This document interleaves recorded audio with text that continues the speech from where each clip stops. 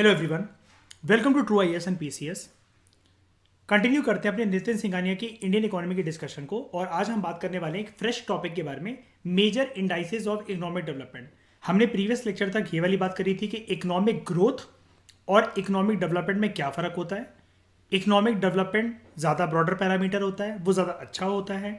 फिर हमने एक बात ये भी करी थी कि इंक्लूसिव ग्रोथ जो है उसकी क्या जगह है इकोनॉमिक ग्रोथ में, कितना ज़्यादा ये दोनों कंसेप्ट लिंक हैं नहीं है, अंडर डेवलपमेंट कैसे आती है। और इस लेक्चर में हम फाइनली बात करने वाले हैं इकोनॉमिक डेवलपमेंट को देखने के लिए मेजर इंडिकेटर्स क्या होते हैं, what are the major indices, various reports, कौन उस रिपोर्ट को पब्लिश करता है। यहाँ से आपकी बड़ी सारी चीज़ें जो करंट प्लस स्टैटिक की होती हैं वो कवर हो जाएंगी आपकी। सबसे पहले बात करते हैं ह्यूमन डेवलपमेंट की।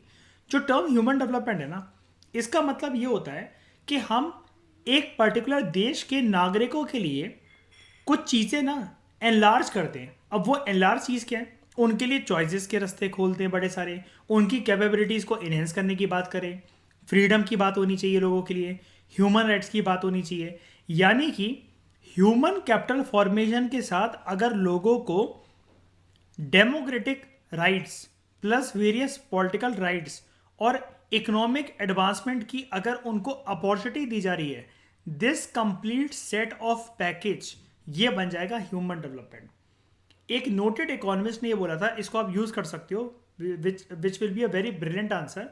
आप इसके कंधे पे रखकर बंदूक चला सकते हो अपने आंसर लिखने के लिए। इसका नाम था महबूब उल हक। ठीक है, ये एक इकोनॉमिस्ट है। इसने कहा था कि ह्यूमन डेवलपमेंट के ना 4 एसेंशियल पिलर्स होते हैं। अब आप कहोगे सर ये एकदम से ह्यूमन डेवलपमेंट क्या आ गया, ऊपर तो इकोनॉमिक डेवलपमेंट दे रखा है ना। मुझे आप एक बात बताओ, क्या मैं ऐसा नहीं बोल सकता कि बिना ह्यूमन डेवलपमेंट के इकोनॉमिक डेवलपमेंट तो हो ही नहीं सकती। इकोनॉमिक डेवलपमेंट भले ही अपने आप में एक ब्रॉड पैरामीटर होता होगा, लेकिन इसकी कोई औकात ही नहीं है। बिना इंसानों के इकोनॉमिक ग्रोथ भी या इकोनॉमिक डेवलपमेंट हो कैसे जाएगी बताओ। ह्यूमन डेवलपमेंट होगी तो एक एक कहते ना कि बूंद बूंद से सागर बनता है। तो जब सारे सारे इंसानों को, जब एक देश की human capital formation, democratic rights, political rights, economic rights, opportunities to grow themselves, opportunities to enlarge their choices, जब ये सब कुछ मिलेगा तभी तो जाकर उस देश में ओवरऑल इकोनॉमिक डेवलपमेंट हमें देखेगी। बताओ हाँ कि ना।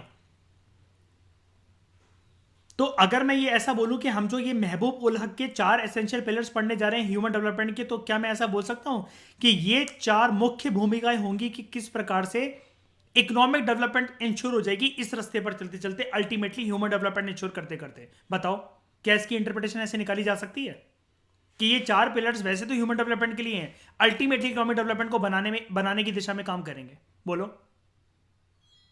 हम्म। तो इस क्वेश्चन के लिए रेडी रहना कि इकोनॉमिक डेवलपमेंट किस प्रकार, ह्यूमन डेवलपमेंट किस प्रकार से सुनिश्चित करती है इकोनॉमिक डेवलपमेंट को, और ये दोनों कैसे लिंक्ड है प्रोसेस आपस में, कंसेप्ट्स।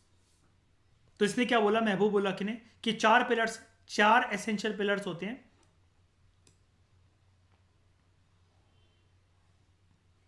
ह्यूमन डेवलपमेंट के। Number one equality, number 2 sustainability. कोई भी चीज जो आई है, ग्रोथ अगर आई है, तो ग्रोथ अगर ऐसे ऊपर बढ़ रही है ना, फिर वो एक पॉइंट के बाद ना मेंटेन भी रहनी चाहिए। मेंटेन होने के बाद वो नीचे नहीं गिरनी चाहिए कि वो नीचे गिरती चली जा रही है, इसको कहते हैं सस्टेनेबिलिटी। फिर प्रोडक्टिविटी, यानी कि अगर ग्रोथ अगर इतने लेवल पर हुई है, फॉर एग्जाम्पल आप मान लें कि 20% हुई है, लेकिन वो 20% जो है ना, जिस लेवल पर अगर ग्रोथ अभी चल रही है, इस लेवल पर जाते हुए ये मैक्सिमम प्रोडक्टिविटी इंश्योर करे देश के लिए, देशवासियों के लिए। और सशक्तिकरण सबका होना चाहिए, एम्पावरमेंट। एवरीवन जिसको फ्रूट्स मिले हैं इस इकोनॉमिक डेवलपमेंट के, उसके पास ये जो हम ऊपर पढ़ रहे थे चॉइसेस, अपनी कैपेबिलिटीज को इनहेंस करने के लिए, human capabilities, freedom, human rights, ये सारी चीज़ों से ही तो एक इंसान शक्तिशाली फील करता है कि मेरी भी कोई वर्थ है। और यही तो चीज़ होती है एम्पावरमेंट सोसाइटी में। बताओ क्या आपको इंट्रोडक्शन समझ में आया? किसी को कुछ भी पूछना है तो बेझिझक पूछ लो। बताओ कुछ कुछ फिर से जानना है क्या? सबसे पहले आपको यह समझ में आया कि ह्यूमन डेवलपमेंट और इकोनॉमिक डेवलपमेंट कैसे लिंक्ड है बताओ, बोलो, हाँ के ना तो बोल दो, गूंगो आ गया? अगर समझ में आ गया तो समझाओ मुझे, समझाओ ह्यूमन डेवलपमेंट कैसे लिंक्ड है इकोनॉमिक डेवलपमेंट से। आपका इंटरव्यू चल रहा है, बताओ क्या बोलोगे।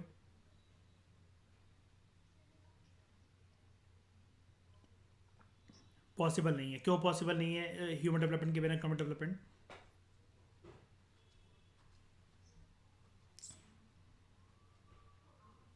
ऐसा क्यों, वही तो पूछ रहा हूँ, ऐसा क्यों? ह्यूमंस के ना डेवलप करने से, हाँ, मेन फैक्टर है कि सारे के सारे जो सेक्टर्स या जो what to produce, how to produce and for home to produce की जो चॉइसेस ली जा रही हैं, वो पढ़ा है ना, ये चीज़ आपने प्रीवियस लेक्चर देख चुके होगे। तो ये सारी चीज़ें, हाँ, तो ये चीज़ बताओ, इंसानों के बलबूते पे ही तो हो पा रही है। आज इंडिया फिफ्थ लार्जेस्ट इकोनॉमी बन गया वर्ल्ड की, किसके बलबूते पर? अपने आप ही, या किसी एक इंसान के बलबूते पर? बताओ।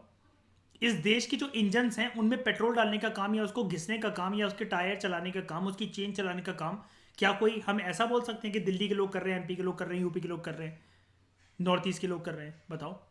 या कोई एक लीडर कर रहा है, या फिर हम सारा का सारा क्रेडिट प्रधानमंत्री को दे दें? एंटायर कंट्री, ठीक है। अब बात करते हैं ह्यूमन डेवलपमेंट इंडेक्स की। हम इंडाइसेस पढ़ रहे हैं कि इकोनॉमिक डेवलपमेंट को देखने के लिए क्या क्या हमारे पास पैरामीटर होते हैं। नंबर वन इंडाइसेस जो हमारे सामने वो HDI है, human development index. Human development index report भी आती है, आपने अक्सर करंट अफेयर में सुना होगा। लेकिन अब यहाँ से आपके बहुत सारे करंट अफेयर जो अब करंट अफेयर ना रहकर स्टैटिक बन चुके हैं इतने सालों में आते आते, अब हम इसको देखते हैं। ह्यूमन डेवलपमेंट इंडेक्स जो है ना, वो एक प्रकार से समरी मेजर होता है कि वेरियस ह्यूमन डेवलपमेंट पोटेंशियल में एक कंट्री ने क्या क्या अचीव करा है, उसकी एक एवरेज अचीवमेंट क्या रही है, एक डिकेड में, एक ईयर में, या as compare to other countries. इसमें हम लोग किस किस पैरामीटर्स को देखते हैं? लॉन्ग एंड हेल्दी लाइफ की डायमेंशंस देखो। और मैं एक बात बता दूं, साल 2017 से ही किसी एक रिपोर्ट या किसी एक इंडेक्स के की डायमेंशंस क्या क्या होते हैं, कि ये इसका बेसिस क्या है, किन किन पैरामीटर्स के बेसिस पर ये रिपोर्ट या ये इंडेक्स पब्लिश करा जाता है, ये यूपीएससी में आने लगा है, तो याद रखना। इसलिए मैंने बोला है करंट ना रह गया, अब ये स्टैटिक चीज़ें बन गई हैं। Long and healthy life, being knowledgeable and having a decent standard of living, इन तीन पैरामीटर्स को देखने के साथ ही हमारा एक ह्यूमन डेवलपमेंट इंडेक्स प्रिपेयर हो जाता है। हमें ये पता लग जाता है कि एवरेज तरीके से कंट्री में अचीवमेंट कितनी चल रही है किसी भी चीज़ की। उसके बाद ह्यूमन डेवलपमेंट इंडेक्स जो है ना, ये पार्ट है ह्यूमन डेवलपमेंट रिपोर्ट का, जो कि एनुअली पब्लिश करी जाती है। सारे की टर्म्स हैं, देखो सारे की टर्म्स सिंस 1990। अब सिंस 1990 करी जाती है, आपको देखकर ऐसा लगता है कि विजन की मंथली मैगजीन के अंदर आ गया, किसने रिपोर्ट पब्लिश करी है, वो करिए, तो आप इसको करंट अफेयर का सोचकर बैठ जाते हो। लेकिन ये चीज़ें तो स्टैटिक हैं, वरना इसके ऊपर, इस चैप्टर को बनाने के ऊपर चैप्टर नंबर 3 देकर नितिन सिंघानिया टाइम क्यों वेस्ट करेंगे हमारा? ठीक है। और इसको किसके द्वारा, ये तो एनसीईआरटीज में भी लिखा हुआ है, अगर आप 8th 9th की एनसीईआरटीज चेक करोगे ना एसएसटी की, उनमें भी ये चीज़ दिख गई मैंने, सिविक्स की एनसीईआरटीज में। इसको पब्लिश करा जाता है यूनाइटेड नेशन डेवलपमेंट प्रोग्राम के द्वारा, यानी कि यूएनडीपी के द्वारा। ह्यूमन डेवलपमेंट रिपोर्ट के मेजर डायमेंशन हमने देख लिए।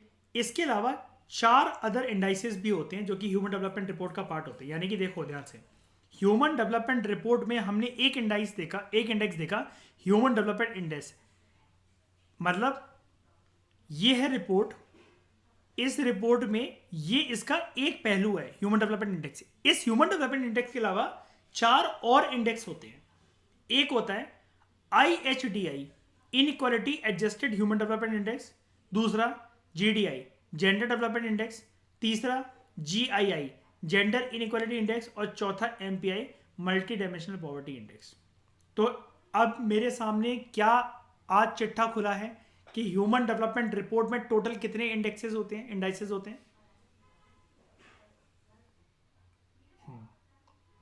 और ये आपको याद रखना है, ये आपको याद रखना है प्रॉपर तरीके से। अब करना क्या होगा, अंकिता फॉर एग्जांपल देख लो, अगर आप इसमें से नोट बनाओगे ना, आपने ये चीज़ लिख ली, जैसे ही PT 365 आएगी, एग्जाम को 1 हफ्ता 10 दिन 15 दिन 1 महीना रह गया हो, साइड में बस इनकी रैंकिंग इतनी, इनकी रैंकिंग इतनी, इनकी रैंकिंग इतनी, ये इतनी, ये इतनी, ये इतनी, ये इतनी, कुल मिलाकर ऐसे 14 से 28 बस आंकड़े आपके सामने होंगे। अच्छी बात क्या होगी, यही पन्ना आपके साथ मेंस तक आगे जाएगा। तो जब भी आपको GS पेपर 3 में या पेपर 1 में कोई भी चीज़ लिखनी हो औरतों के बारे में, सशक्तिकरण के बारे में, इकोनॉमी के बारे में, किसी सेक्टर के बारे में, ये सारे फैक्ट वही के वही रहेंगे जो आप प्रीलिम्स के टाइम पर गए थे। मेंस के अगेन एक हफ्ता पहले या किसी जीएस पेपर की एक रात पहले इनको दोबारा ब्रश अप कर लेना, और यही सारे फैक्ट्स आपके या तो इंट्रो में या बॉडी में एक बहुत अच्छे नंबर दिलवा जाएंगे आपको कि इंडिया की रैंकिंग इतने से इतनी आई थी और हमें और डेवलप करने की जरूरत है। अब इसके लिए मैं आपको सर पॉइंट्स देती हूँ कि बॉडी में हम ये लिख सकते हैं, ये फॉर है, ये अगेंस्ट है। ठीक है, समझ गए अंकिता क्या करना है इसमें? ये ऐसे बनाने हैं इसके नोट्स। ठीक है, मतलब आपको मतलब आपको क्या करना है, इसका एक ब्लूप्रिंट रेडी करके रख लेना है। आपको ये जानना है कि बस आप जो लेटेस्ट नंबर आएंगे ना साल 2023 में जो मुझे देखेंगे करंट अफेयर की कंपाइलेशंस में, मैंने बस इनको डाल देने हैं। फिर उसके बाद मेंस 365 लेकर मैंने बस क्रॉस चेक कर लेना है कि क्या कोई इंडेक्स या रैंकिंग बदल तो नहीं गई है, बस उसको टिक टिक करते जाना है। और ऐसे बस 14 से 28 चीज़ें आपके सामने होंगी बस, जो आपको कंठस्थ बस याद होनी चाहिए। Simple exercise. ठीक है, तो एसडीआई यूज होता है कंट्रीज को रैंक करने के लिए in terms of human development by combining the measurement of 3 dimension. 3 dimension को मेजर करके होती है। एक तो लॉन्ग एंड हेल्दी लाइफ को देखा जाता है, नॉलेज को देखा जाता है, डिसेंट स्टैंडर्ड ऑफ लिविंग को देखा जाता है। अगेन यही वाली चीज पढ़ तो चुके हैं हम इसको। ये एसडीआई ना, ये 3 डायमेंशन के लिए, हर एक 3 डायमेंशन के लिए एक नॉर्मल इंडेक्स होता है जो ज्योमेट्रिक मीन मेथड से निकाला जाता है। मेथड है, छोड़ो, हमारे काम का नहीं है। एसडीआई में भी यूज कि इसको हम यूज कर सकते हैं कंट्री की नेशनल पॉलिसी की चॉइसेस को क्वेश्चन करने के लिए कि किस हिसाब से कंट्री जो है, सरकार जो है वो किस प्रकार से चल रही है। क्या वो जनता की लॉन्ग एंड हेल्दी लाइफ को, नॉलेज को और डिसेंट स्टैंडर्ड ऑफ लिविंग के पैरामीटर्स को सुनिश्चित कर पा रही है बेहतरीन तरीके से? क्या पिछले डेकेड्स या पिछले ईयर्स की कंपैरिजन में ये आंकड़े बढ़ रहे हैं, इंप्रूव हो रहे हैं, या फिर कंट्री की रैंकिंग खिसकती चली जा रही है? और ये देखना, ये कंपेयर करना पूरे वर्ल्ड के सामने, ये चिट्ठा रखना। अब है यूनाइटेड नेशंस का है ना ये इनिशिएटिव, यूएनडीपी का, तो पूरी दुनिया के सामने ही आएगा। क्या आएगा? Asking how two countries with the same level of GNI, gross national income per capita, इन्होंने अलग अलग ह्यूमन डेवलपमेंट आउटकम्स निकाले, तो निकाले कैसे? यानी कि कंट्री ए और कंट्री बी के सामने ये रखना और ये बोलना कि ह्यूमन डेवलपमेंट आउटकम्स, भले ये कंट्री डेवलपिंग कंट्री और तुम्हारी कंट्री डेवलप कंट्री, लेकिन इसके ह्यूमन डेवलपमेंट आउटकम्स जो है ये ज़्यादा बेटर कैसे हैं एज कंपेयर टू तुम्हारे कंट्री से। अब ये चीज़ क्यों करी जाती है? ताकि हम इससे कुछ ना कुछ सीख पाए, कंट्री बी से कुछ सीख पाए। और जो कंट्री ए जिसकी धज्जियां उड़ी है ना सामने इस रिपोर्ट के अनुसार, तो अगले साल वो अपने आप को इंप्रूव कर पाए। इसलिए देखो क्या होता है, सरकारें भी बड़ी चालाक हैं। आप ही अक्सर अखबारों में या कहीं पर पढ़ते होगे, जब हमारा इंडेक्स में कोई रैंकिंग बढ़ जाती है ना, यानी कि अच्छी रैंकिंग हो जाती है, इंप्रूवमेंट हो जाती है उस रैंकिंग में, हम बढ़ चढ़ के हर जगह उसको पब्लिश करते हैं। आपको विजन में हर जगह ये सब करंट अफेयर देखेंगे उसके। ठीक है, जब रैंकिंग खिसक गई, खराब हो गई, तो हम लोग पता क्या बोलते हैं, इसकी कैलकुलेशन अच्छे से नहीं करेगी। अब हमेशा देख लेना ये वाली चीज, सरकार अपने आप को डिफेंड करने के लिए वाली बात हिंदू इंडियन एक्सप्रेस में पक्का आपको देखने को मिलेगी कि सरकार फिर उसके बाद ना ब्लेम गेम स्टार्ट कर देती है कि ये चीज ना अच्छे से कैलकुलेट करी नहीं गई है, ये इन्होंने ऐसे ही कर दिया है।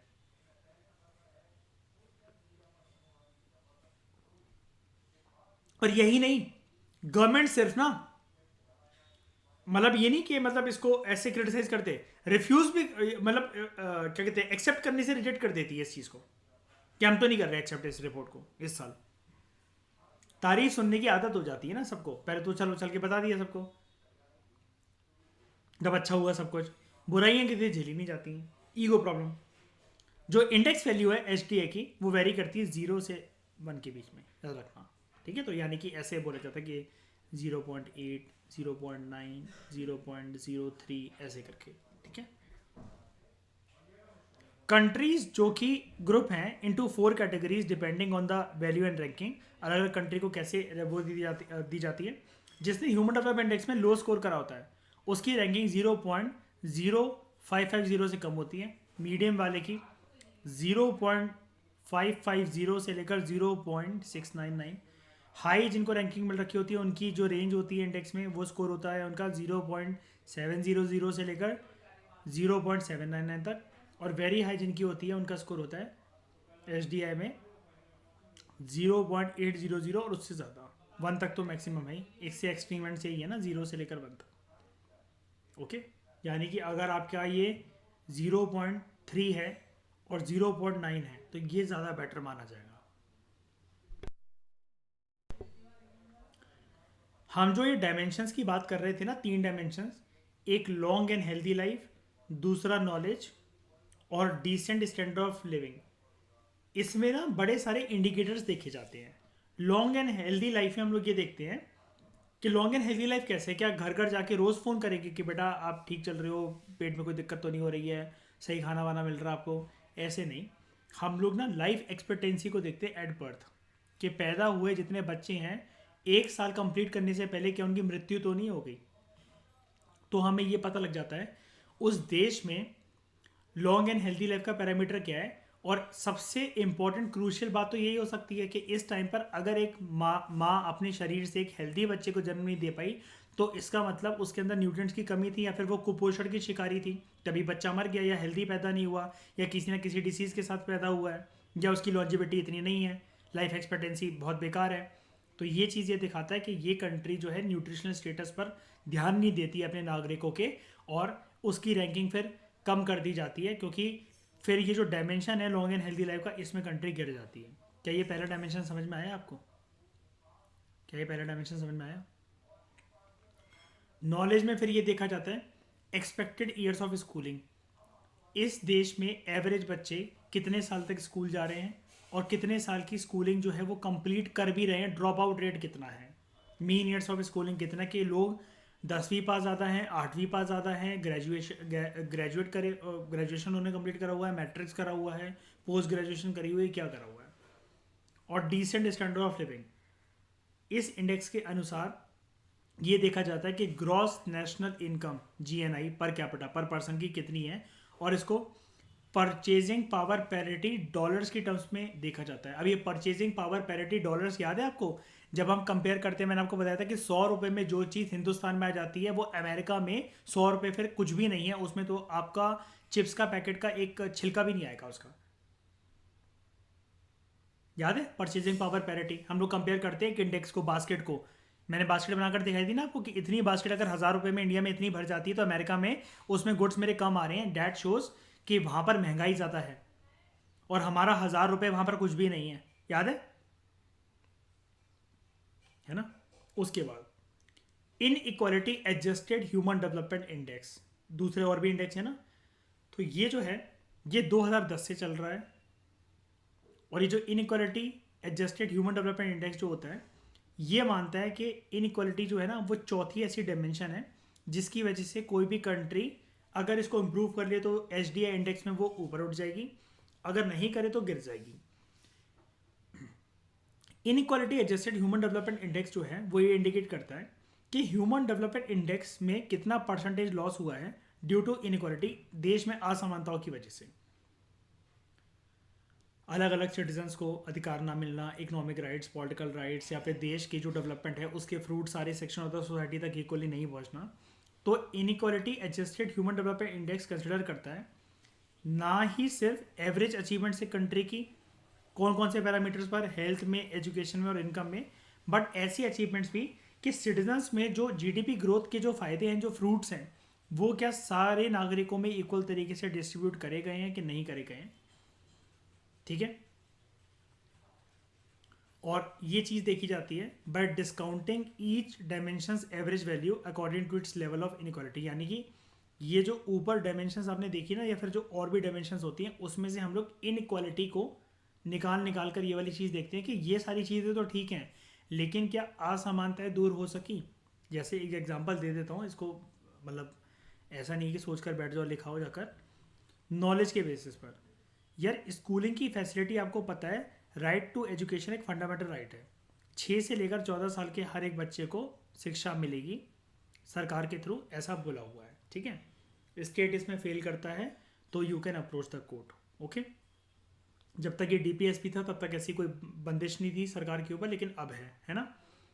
लेकिन मुझे एक बात बताओ, स्कूलिंग एक्सेस की फैसिलिटी कितनों के पास है ये चीज़ कौन देखेगा? अब ये इनइक्वालिटी नहीं हुई क्या? या फिर गर्ल्स के लिए स्कूल जाना एक बहुत गंभीर हमारी समस्या होती है for the very obvious reasons कि बहुत सारी जगह में जो गाँव में दूर दराज के इलाकों में जो स्कूल बने हुए हैं, लड़कियों की अक्सर कंप्लेंट या लड़कियों के घर वालों की कंप्लेंट ये रहती है, separate washroom for the girls, है ना? एंड ऑब्वियसली बात है उनके हेल्थ रीजंस की वजह से। अगर वो चीज़ नहीं होगी तो बहुत सारे लोग कतराते हैं स्कूल जाने से। या वाटर फैसिलिटीज़ इन स्कूल, ये सारी ये बहुत सारी चीज़ें होती हैं, ठीक है? तो as per the human development 2020 की रिपोर्ट के अकॉर्डिंग, इसके आंकड़े आप चेंज कर देना, इंडिया ने 189 कंट्रीज में से 2020 की रिपोर्ट हमारे सामने 131 इसमें रैंक करा, ठीक है? इसकी इंडिया की इतनी इतनी एसडीआई वैल्यू थी, आपको पता है 0 से 1 तक निकाली जाती है, और उससे पहले साल 2019 में वो थी 0.642 और ये 0.645 हो गई थी, यानी कि बड़ी है, ठीक है? लेकिन country fail in the medium human development category और 2 प्लेसेस ड्रॉप कर गई in the overall ranking. India जो है 19 वाले इंडेक्स में 129 स्कोर उसने प्राप्त करा था 189 कंट्रीज में से, और अब 2 रैंकिंग खिसक गई है। ज़्यादा स्कोर जो, अगर एक बार बताओ, अगर आपकी रैंकिंग ज़्यादा होती चली जाए, ज़्यादा इन द सेंस कि नंबरों वाइज 189 में से अगर ये एक बार बताओ 132, 142, 182 होती चली जाए, तो ये खराब बात है कि अच्छी बात है? बताओ ज़रा। क्लास में अगर 50 बच्चे और आपकी रैंक 49 आई है तो अच्छी बात है कि खराब बात है? या फिर रैंक 1 अच्छी बात होती है? रैंक 1 ना, ठीक है? तो इंडिया जो है उसने इतना रैंक करा था लेकिन उसकी जगह गिर गई। अब आपको क्या देख रहा है इसमें? आप बस ये देख लेना 2021 का, आई थिंक कोविड की वजह से नहीं हुआ था, लेकिन आप फिर भी क्रॉस चेक करना इसको। और ये 4 साल का 121 का क्या 132, अच्छा, और 191 और गिर गई है इसका मतलब, है ना? अब कंट्री पता है कब अपने आप को कैसे डिफेंड करती है? पता है क्या कहती है? कह रही बात, मतलब देश ये कहने लग जाते हैं, फॉर एग्जांपल भारत की सरकार ये कहने लग सकती है कि उसमें क्या हो गया, अगर ये 132 हो गई तो अब ये कंट्रीज भी तो 191 कैलकुलेट हो रही हैं। ये क्या बात हुई? मतलब आप डिफेंड करने के लिए आप दो, चलो दो में आप खिसक भी गए, दो अगर आप बढ़ भी जाओगे, कोई अच्छी बात थोड़ी ना है कि आपने सिर्फ 2 पोजीशन बढ़ा ली अपनी, और आप फिफ्थ, मतलब एक फिफ्थ लार्जेस्ट इकॉनमी बनने का दावा करते हो और ऐसे ऐसे बहुत बड़े बड़े मतलब बातें कर आ जाते हो आप। तो according to the report since 1990 human development index जो है वो इंडिया को वैल्यू, जो ह्यूमन डेवलपमेंट इंडेक्स की जो वैल्यू है इंडिया के लिए, वो it has increase to 0.645 from 0.429। 50% तो इंक्रीज हुआ है as compare to 1990 level. Life expectancy at birth, जो कि एक पैरामीटर था यहाँ पर लॉन्ग एंड हेल्थी लाइफ के लिए इंडिकेटर जो था, ये नियरली 12 साल तक बढ़ गया है। Mean years of schooling increase हुई है बाय 3.5 ईयर्स, और gross national income per capita 274% increase हुई है। ये वाली फैक्ट्स जो है आप कुछ कुछ लेटेस्ट आंकड़े निकाल के इसके मेंस में आप लिख कर आ सकते हो, ठीक है? जब भी अगर कोई क्वेश्चन ऐसा है कि क्रिटिकली एनालाइज या फिर धज्जी उड़ाने का कोई भी क्वेश्चन आए, तो आप ऑप्टिमिस्टिक कंक्लूजन के तौर पर इन सभी चीज़ों को आप लिख सकते हो, ठीक है? इस डेटा का अभी कोई यूज़ नहीं है, बस एक बार होगा क्या कि आपने सुन लिया तो आपको ये पता लग जाएगा कि अच्छा यार ये पहले तो गिरता चला आ रहा था, तो अब ये क्या चीज़ बढ़ रही है कि नहीं बढ़ रही है। अब क्योंकि पता है क्या, आजकल यूपीएससी बहुत चालाक हो गया है। वो क्या करता है कि ये चीज़ अगर दे रखी है ना, तो एक बार इसको स्टैटिक तरीके से याद वैसे भी कर लेना। होगा क्या, अगर आप एग्जाम में लेटेस्ट डेटा याद नहीं रख पाए ना, तो ये आप इससे भी काम चला सकते हो, मेंस में इससे भी काम चला सकते हो, कोई दिक्कत नहीं होती। लोग ये पूछते हैं कि सर हमें 2022-23 का डेटा नहीं आता था, हमने एग्जाम दिया 22 में या 21 में हमारा मेंस था, हमें उस टाइम का लेटेस्ट डेटा नहीं आता था, हाँ इसलिए हम लिख कर नहीं आए। अरे तो पुराना वाला लिखाओ, 1-2 साल में कोई बहुत मेजर फर्क नहीं हो जाता है। अगर आपको ये याद आ रहा है ना, अगर आप 2020 का दे रखा है, अगर आप 23 का पेपर लिख रहे हो और अगर आप उसमें 20 वाली बातें, 19 वाली बातें भी, 18 वाली बातें भी कर देते हो, तो वो चल जाता है, वो चल जाता है। लेकिन वो नंबर ठीक होने चाहिए सारे के सारे, फिर चाहे आप 22 के लिखो आंकड़े, चाहे 23 के लिखो। लेकिन जनरली यही माना जाता है कि सीरियस एस्पिरेंट जो है, जब इतना कुछ वो याद करके मेंस में जा रहा है, प्रीलिम्स उसने निकाल लिया है, तो अब ये लेटेस्ट आंकड़ों में अपडेट करना ये कौन सी बड़ी बात है? और ऐसे कोई बहुत ज़्यादा आपके पास वैल्यूज़ नहीं होती हैं, 28 से 35-40 वैल्यूज़ ऐसी पूरी की पूरी सिलेबस में होती हैं, जीएस पेपर 1 से लेकर 4 तक, जो आपको ऐसे नंबर याद रखने होते हैं। और इसके लिए अब विजन भी एक डॉक्यूमेंट निकालने लगा है कि एक इकोनॉमिक डेटा का एक डॉक्यूमेंट निकालता है मेन से पहले, कि जिसमें आपको 70 पेजेस के अंदर जितने भी आंकड़े होते हैं अलॉन्ग विद देयर एनालिसिस वो सारे के सारे आपको मिल जाते हैं। हाँ, मैं आपको एक यूपीएससी की चालाकी की बात बता रहा था कि यूपीएससी चालाक हो गया है। वो ना एक स्टेटमेंट दे देता है, आजकल आपने देखा होगा अगर पेपर देखे होंगे, कि इंडिया में ये चीज़ लगातार बढ़ती हुई आई है फ्रॉम द लास्ट 5 ईयर्स। अब वो पहले बोल देता था सिंस इंडिपेंडेंस या फिर पिछले 10 साल तक, तो लोगों को लगता था पिछले 10 साल तक इंडिया में कुछ नहीं बढ़ता, आराम से स्टेटमेंट को एलिमिनेट कर दो। अब वो लास्ट 5 ईयर की बातें करने लगा है, या ऐसा बोल देगा कि लगातार 2 बार से 3 बार से ऐसा बढ़ रहा है, ऐसा भी दे सकता है। तो उस केस में आपको ये पता रहेगा कि नहीं यार, मैंने इसको ट्रैक पे रखा हुआ है, इस पे होगा क्या, कि आपको ये पता लग जाएगा कि ऐसा तो नहीं हुआ कि ऊपर गया, अगले साल ही उसकी रैंकिंग गिर गई, फिर दोबारा बढ़ गई, या फिर ये रैंकिंग प्रॉपर तरीके से हर एक पॉइंट पर जाकर बढ़ती ही चली आ रही है, या फिर रैंकिंग एज कम्पेयर टू 2019 ये गिरती हुई चली आ रही है। आपको ये चीज़ें, ये ट्रेंड पता लग जाएंगे, और ये ट्रेंड को अगर सेम ग्राफ की फॉर्म में अगर ऐसे बनाकर आओगे ना मेंस में, आप ये मान लो पर क्वेश्चन आपके जीएस पेपर 3 में 1 नंबर ज़्यादा आपको मिलेगा जीएस पेपर 1 में भी, क्योंकि आप सोसाइटी में ऐसे ये यूज़ कर सकते हो। और स्कैंडिनेवियन कंट्रीज हमेशा टॉप करती हैं, तो according to this report Norway ने टॉप करा था ह्यूमन डेवलपमेंट इंडेक्स को, उसके बाद नंबर 2 पे आयरलैंड, नंबर 3 पे स्विट्जरलैंड। अब एक चीज़ होती है planetary pressures adjusted human development index. United nation development program ने इंट्रोड्यूस करा एक नया मैट्रिक कि ह्यूमन डेवलपमेंट इंडेक्स को आज के ज़माने के हिसाब से एडजस्ट करके एक नई दिशा में एक रैंकिंग देना। इस चीज़ की वैल्यू लेकर जो कि एक कंट्री को फेस करने को मिल सकती है पर कैपिटा कार्बन एमिशंस की वजह से। प्लैनेटरी प्रेशर्स मतलब क्या, दुनिया में जो इतना पॉल्यूशन और ये जो इतना ओजोन होल या कुछ भी ऐसी अगर कोई घटना है या समस्या है, अब ये एक कंट्री के देशवासियों ने नहीं करा है।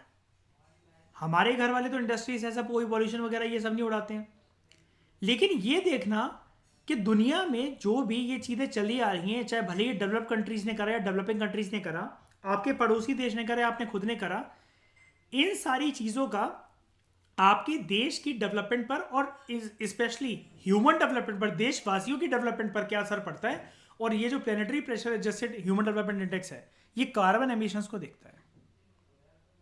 कार्बन एमिशंस को मतलब कैसे, फॉर एग्जांपल याद है अभी हम पढ़ रहे थे कि जो इकोनॉमिक डेवलपमेंट है वो क्वांटिफिएबल ज़्यादा नहीं होती है। तो मतलब इंडस्ट्रीज वगैरह ने जो पॉल्यूशन करा, ध्यान से समझने की कोशिश करना, एनवायरनमेंट और इकोनॉमिक्स का एंगल यहाँ पर मिलाकर जो मैं बोलने जा रहा हूँ उसको ध्यान से समझना। इंडस्ट्रीज ने पॉल्यूशन करके जितना भी कार्बन एमिशंस करा, उससे ग्रोथ एंड डेवलपमेंट तो आ गई, लेकिन कार्बन एमिशंस की वजह से जो लोगों को हेल्थ डिसीज हुए या उनकी लॉन्जिविटी कम हो गई, या फॉर एग्जांपल कोई मदर एस्थमेटिक है तो बच्चों में भी वो जीन्स में वो चीज़ आ गई। अगर पॉल्यूशन नहीं हुआ होता तो क्या पता उस एक पर्टिकुलर लेडी को हो सकता है ब्रोंकाइटिस या अस्थमा की दिक्कत नहीं होती उस देश में, लंग्स डिसीज नहीं होते। जन छोटे छोटे बच्चे आजकल आपने देखा होगा हिंदुस्तान के हर एक बच्चे की स्कूल की, नॉर्थ इंडियन स्टेट्स में ये स्कूल बंद चल रहे हैं 1st to 5th class, pollution की समस्या की वजह से। ये सारी चीजें मतलब जो है ना अपडेटेड फॉर्म में यूनाइटेड नेशन डेवलपमेंट प्रोग्राम में देखा कि दुनिया की एक नई वास्तविकता, एक नई सच्चाई ये भी है, pollution, carbon emissions, climate change, environmental problems, catastrophic events, इनका क्या इंपैक्ट होता है ह्यूमन डेवलपमेंट पर, और ह्यूमन डेवलपमेंट से लेकर एक इकोनॉमिक डेवलपमेंट पर, और मटेरियल फुटप्रिंट्स। मतलब जो इतना ज़्यादा लोग मेटेरियलिस्टिक मेंटेलिटी के बढ़ते जा रहे हैं, ये जोड़ना वो जोड़ना, फॉरेस्ट को डिग्रेड करना अपनी सुख शांति समृद्धि के लिए, एसी लगाना इतने सारे, किसी की कंसर्न नहीं रहना कि छोड़ो यार फेंक दो रैपर, छोड़ दो यार ये पन्नी फेंक दो यहाँ पर। इससे होता क्या है इस चीज़ को भी देखना। तो it measures the amount of fossil fuels, metals and दूसरे रिसोर्सेज जो कि यूज़ करे गए हैं गुड्स और सर्विसेज बनाने के लिए, और ये सारी एक्टिविटीज ह्यूमन प्रेशर मानी जाती है, और इनका असर प्लेनेट अर्थ पर क्या पड़ रहा है, और आने वाले सालों में इसकी वजह से कंट्री की ह्यूमन डेवलपमेंट और इकोनॉमिक डेवलपमेंट की दिशा और दशा क्या होगी। मैंने आपको एक चीज़ रिवील करी थी ना कि अगर कोई कंट्री फॉर एग्जांपल अपने को कितना भी डेवलप कर लेगा, लेकिन अगर वो आइलैंड कंट्री है तो सी लेवल राइज होने के बाद वो कंट्री सबमर्ज होगी और उसकी पॉपुलेशन इधर उधर भागेगी और उसकी वजह से अल्टीमेटली वॉर्स एंड कन्फ्लिक्ट्स हो सकते हैं, क्योंकि आप जानते हो कि रेफ्यूजीज जो होते हैं they are unwelcomed guest of the country. हर कोई इनको आसानी से एक्सेप्ट नहीं करता। देखो ज़रा 1971 की बात थी, लेकिन असम में ये चीज़ आज भी विरोध पे चलती है कि बांग्लादेशी रेफ्यूजीज को आइडेंटिफाई करो और उनको यहाँ से खदेड़ कर बाहर निकालो, फेंको। क्या ये चीज़ समझ में आई आपको? यहाँ तक समझ में आई? तो thank you very much for discussion.